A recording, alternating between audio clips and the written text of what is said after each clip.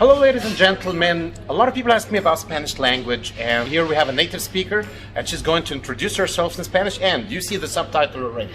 Hello chicos, ¿cómo están? Yo soy Tania y soy de Chile y vengo aquí a hablarle español para que ustedes puedan entender y captar toda la información en español.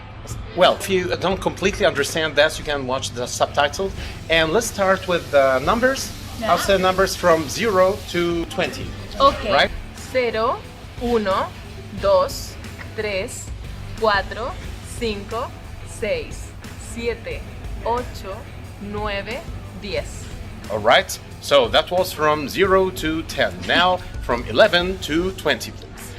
11, 12, 13, 14, 15, 16, 17, 18, 19 y 20.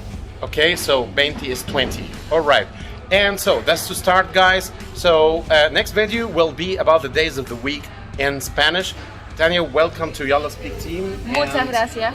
All right, de nada. Okay, bueno, so hasta el siguiente. Hasta el siguiente video. Bye.